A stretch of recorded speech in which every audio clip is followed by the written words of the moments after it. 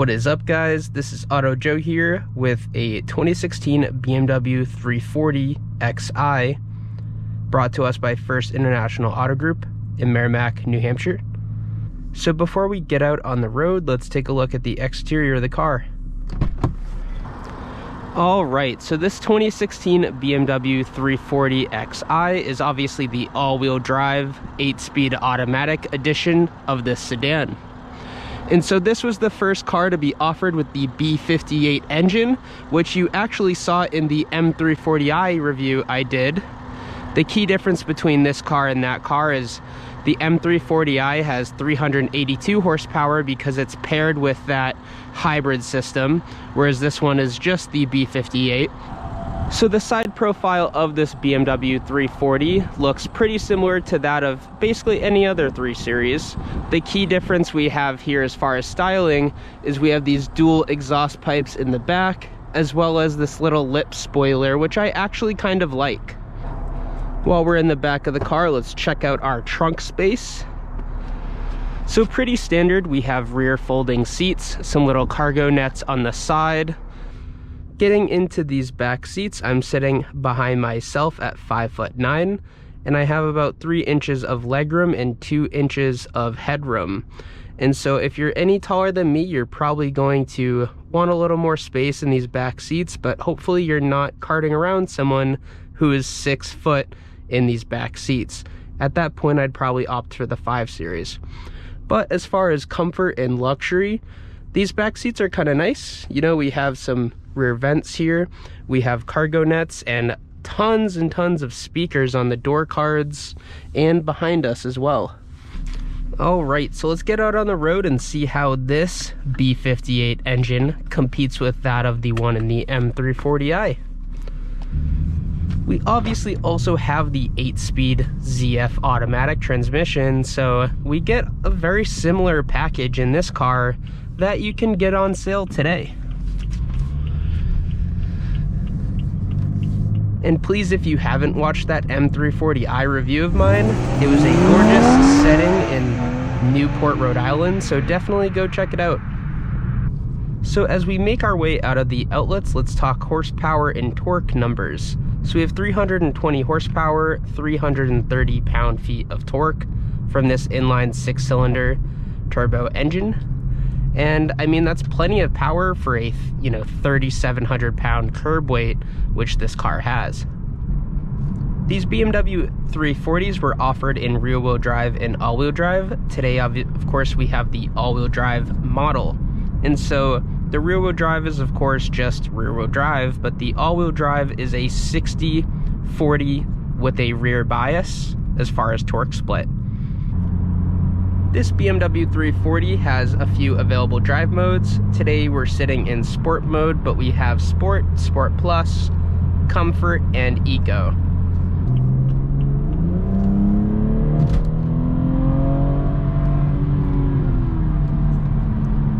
So this B58 engine revs out to about 6,500 RPM and really utilizes that power very well.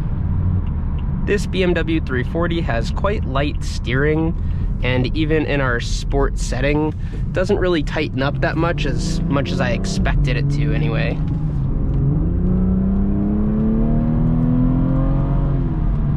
Tons of power in this car.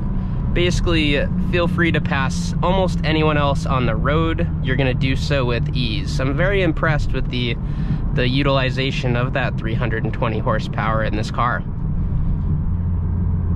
As far as exhaust sound, it sounds very similar to that of the M340i. Definitely a little different.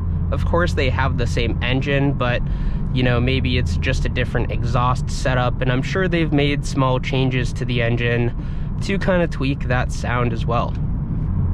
But what's really lovely about this 340 is that you can switch it into comfort mode and basically just forget that you have this crazy throttled engine that has all that power. You can kind of just cruise quite comfortably.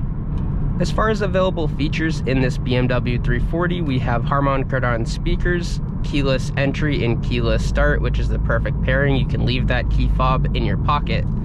We have these paddle shifters that come with this 8-speed automatic. Really nice feel to them, they feel of high quality. We have black leather seats with red stitching, which is of course exclusive to this 340. And of course we have this lovely interior with, you know, this little dark wood trim that runs across the dashboard. Above us is a tiny sunroof.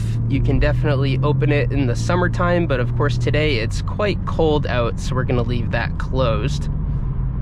We also have the iDrive system with the little scrolly knob. I've said in the past that I'm a iDrive believer. I actually really do enjoy the system. And even when it's paired to Apple CarPlay in some of the newer cars, it's quite easy to use, and I do like the scrolly wheel. We also have dual zone climate control in here. We have 8 quick adjustments to your radio stations, and just below that is a little DVD player, which I'm surprised to see in a 2016. These leather seats also have really nice bolstering to them. They hug me quite tight, but not tight where it's squeezing, just enough to kind of hold me in place on these windy back roads. And with power adjustments, you can get basically any comfortable driving position that you may want. The seat goes low enough where even if you're over 6 foot tall, you should have no problem getting comfy in here.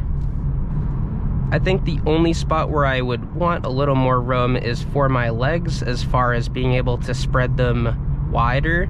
I feel like the car kind of hugs tight in this area, maybe kind of giving more of that room to this infotainment stack and your cup holders. Maybe if you didn't have enough room, they wouldn't really be able to squeeze these cup holders in with the shift knob. So I guess that's the compromise they had to make in the design. It's not a deal breaker for me. This car is still quite comfortable to be in, and I could see myself going on a long road trip in this car no problem.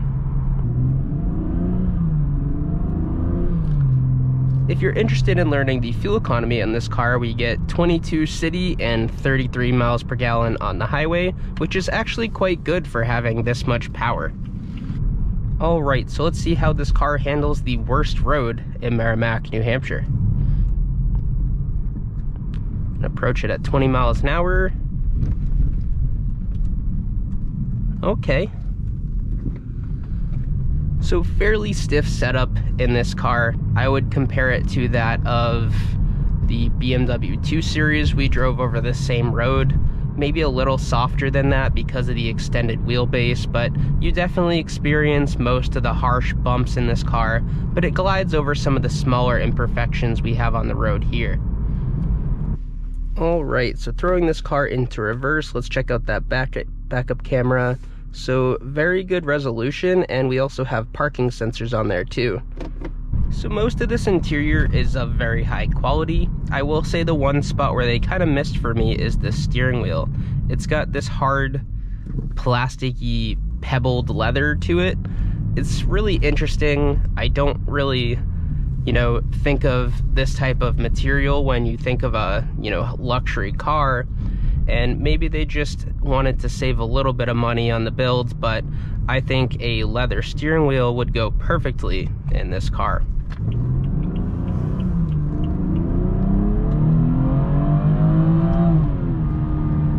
Alright, so this car is an absolute rocket ship. It's a very comfortable daily driver.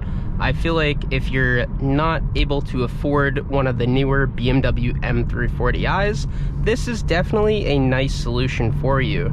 It still has that same B58 engine to it, and of course, they're known to be quite sturdy and reliable, especially paired with that ZF 8-speed automatic. And so definitely consider this car from First International Auto Group in your search for one of these. So to conclude my thoughts on this 2016 BMW 340, I would say that this is basically the old M340i. So if you really like that car, but you don't have the money to spend or just don't want to spend that type of money, look to get one of these pre-owned, because I feel like they're a pretty good value. I mean, this one is priced just over $26,000 with 76,000 miles on it, so fairly good deal. So to wrap up my thoughts on this 2016 BMW 340, I think BMW really hit it out of the park with this car brand new. And I think there's still a nice bargain pre-owned. With that being said, please leave your comments and questions below. Don't forget to like, don't forget to subscribe, and I will see you all next time. Bye-bye.